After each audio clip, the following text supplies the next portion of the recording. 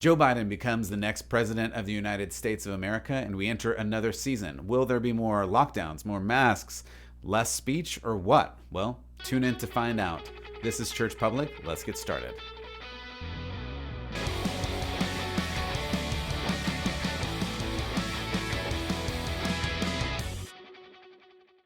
Thanks for listening to Church Public, the intersection of faith and culture. If you like what you hear, do consider going to churchpublic.com/support to help us out.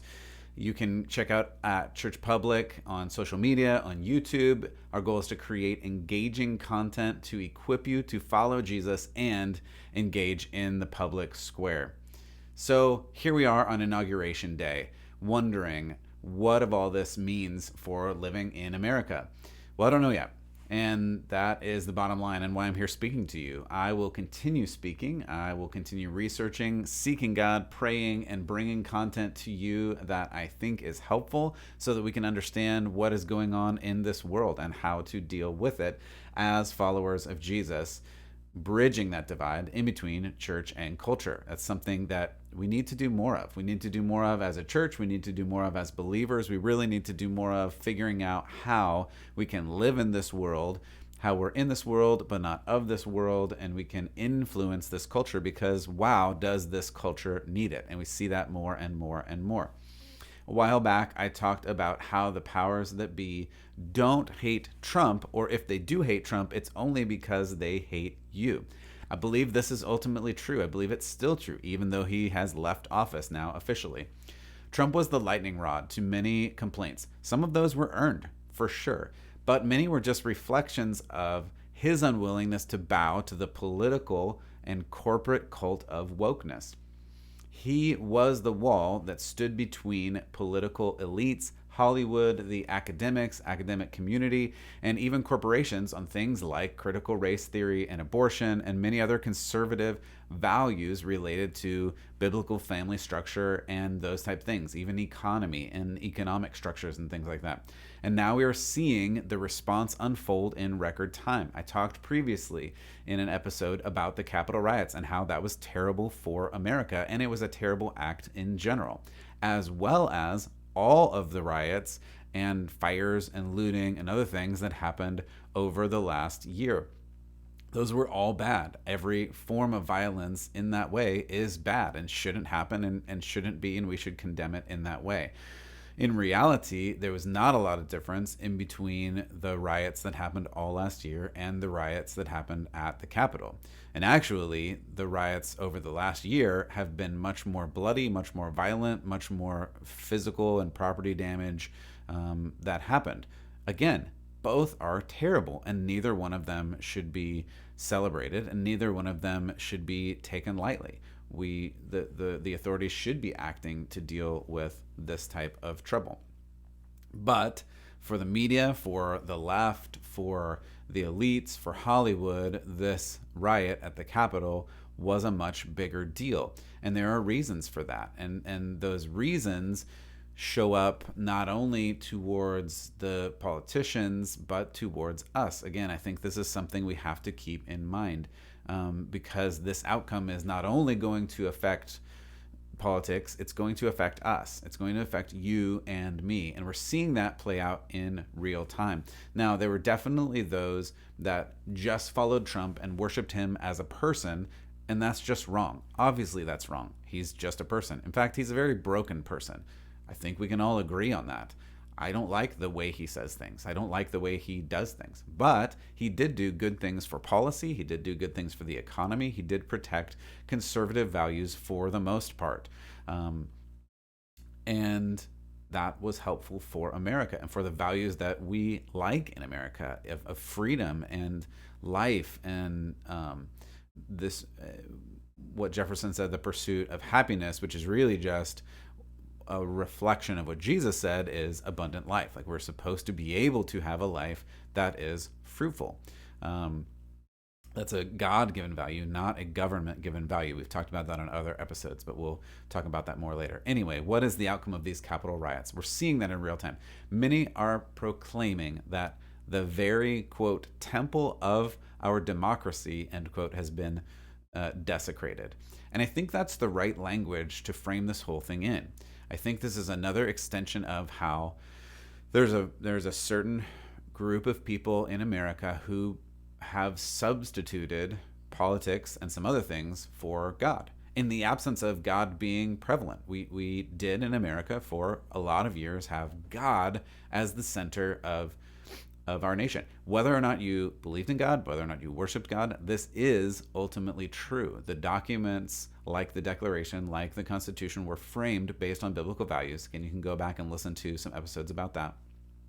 But these biblical values permeated society in its morality, with things like the Ten Commandments as foundation for what is good and right and what we're supposed to do and what we're not supposed to do, as well as other biblical teachings. But now that we've eliminated these values, now that we've eliminated the backbone of what this society was built on, there are people who think, well, the society just exists in its form and is good because it is.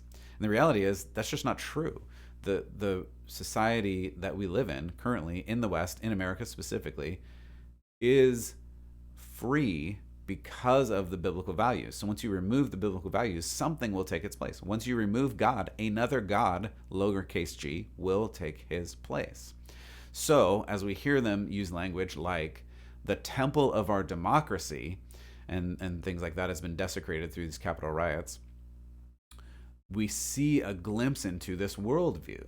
They believe that the centerpiece of the worldview is this temple. It's an actual temple, and we have priests and priestesses and rules, and I've talked in other episodes about how this cult of identity or wokeness or politics functions, and we see this playing out, and we see it playing out in real time.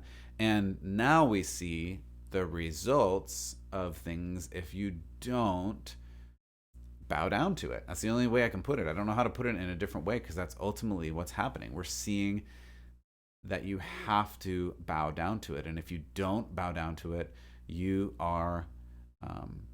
it's more, we've talked about cancel culture. It's even more than cancel culture. It's really, it's like banishment. I haven't really heard anybody talk about banishment, but that's what it is. You're banished, you're ostracized, you're set out of society in a very stringent way, in a very strict sense. I can't help but think about Daniel and his buddies Shadrach, Meshach, and Abednego. And if you're looking for something to read this week, that would be a good thing to read. Read through Daniel and how the government, the leaders came up against him and asked him to do things that ultimately violated his religion, his beliefs. They said, you can't pray out loud, you can't do these things. And he said, no, I have to follow God, and this is the way that I have to follow God. And that's one of the things we'll be talking more about here at Church Public. We're going to talk about how you need to follow God, regardless of what the society, regardless of what the new leaders or government is telling you to do. You have to follow God. That's the most important thing. God supersedes the government.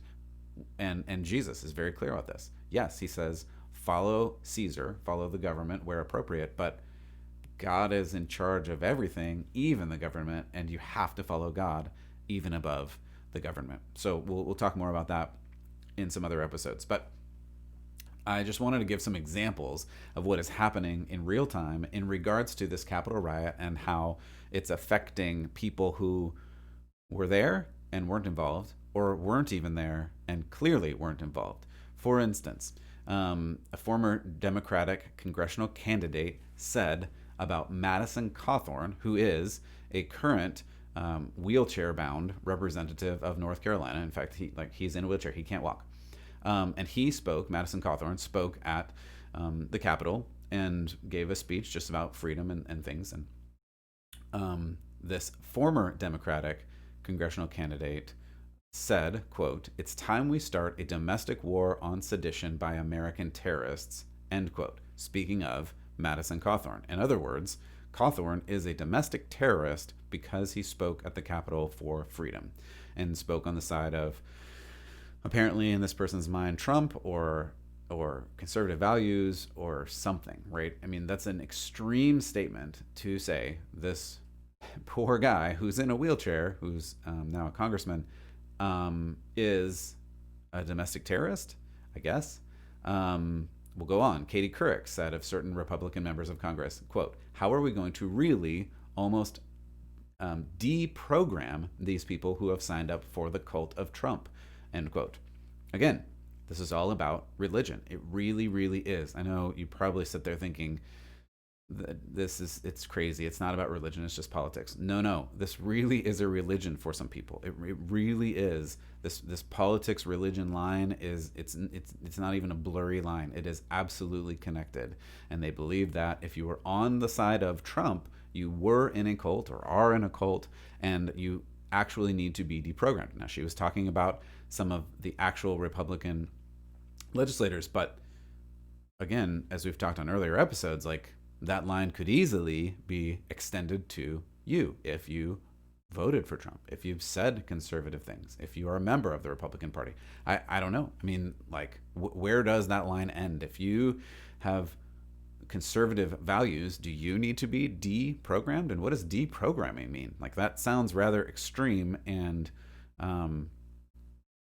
bad, right? So let's continue on. Harvard students are petitioning for graduates who allied with Trump in any way to lose their degrees. Again, that seems kind of extreme. At Penn State, like many other campuses across America, there's an organization called Young Americans for Freedom, or YAF. This group recently asked a professor if he would be an advisor for the group. His response was, quote, under no condition would I support any group that has implied or explicit support for Trump, racism, sexism, or indifference to democratic values, including peace, liberty, freedom, and justice for all people, he said, adding, quote, I question if your national organization has some responsibility for recent actions, end quote. This professor is claiming that this group of students is responsible somehow for the Capitol riots. Again, the conflation here is extreme and unbelievable. CNN anchor Don Lemon said, if you're in the crowd who voted for Trump, if you voted for Trump, you voted for the person who the Klan supported. You voted for the person who the Nazis support. You voted for the person who the alt-right supports, and this is the crowd you are in. In other words, he's saying that if you voted for Trump, if you are a Republican, you are a Klans member, you are a Nazi, you are in the alt-right. This is the conflation that's happening. They believe that there are two sides, and if you are on the side of Republican, Trump, conservative values, etc., that you are actually a Nazi. And again, I feel like even saying that, it sounds extreme, but these are not my words. These are their words. And I've been told, if someone tells you what they believe them, right? I'll give you one more. PBS employee recently made comments that Trump supporters should be put in re-education camps and their children should be taken away from them. Again, that may be an extreme view, but what if it's not? I mean, this is what they're thinking, this is what they're feeling, this is what they're literally saying, so we need to take them at this word. And this is not meant to be fear-mongering or doomsday predictions or the like. This is just to let you know the landscape of what is going on in our politics, in our country, in the different political sides, because it's important to know these things so that when you stand, and I do hope you stand for what you believe in, if you stand for freedom, if you stand for truth, if you stand for God, for Jesus, for Christianity, there will be opposition against you, and the opposition appears to be growing. And again, it's not a...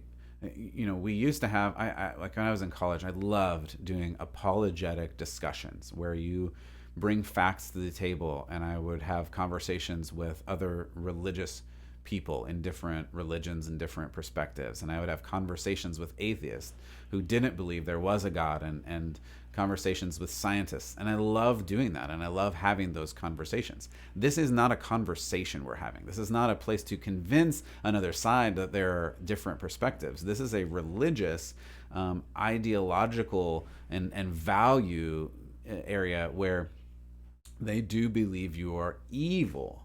It's not they believe that you're intellectually wrong, or that you should be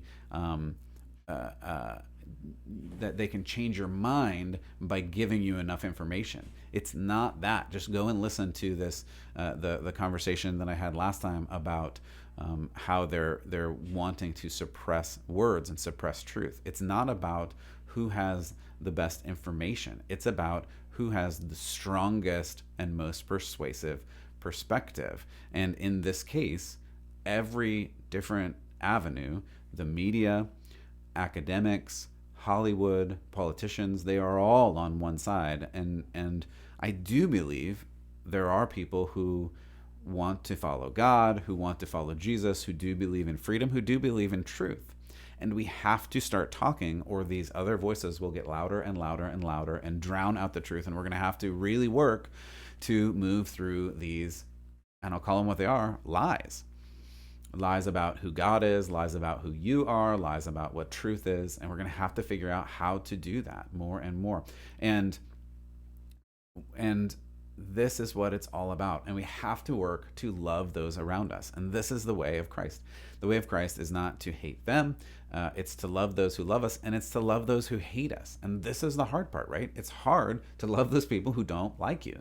And I still have work to do in that, and you probably do too. So how do we do that? How do we love those who don't love us? But this is the way. This is the way of Christ. This is the work that we have, even when, maybe especially when, the world is against us. And God wants us to bring people to Him. We, the church, are the messengers. We are the messengers of the good news. We are the messengers of love. We are the messengers of hope. And while they claim to be the voice of unity, the voice of peace, they're not, and they're not going to be. And the reality is, this place where they think they're getting unity from, where they think they're getting peace from, it's not peaceful. And so we have to bring the real peace, the real hope, the real truth, the real love. They will call you names. They will do worse. But your job is to love them and show them a glimpse of Jesus. So I hope that you can do that. I hope you continue to tune in. Go ahead and go to churchpublic.com. If you want to support, go to churchpublic.com/support. I look forward to hearing from you. You can drop me a message there. You can check us out on social media. God bless you all. And as always, keep the faith.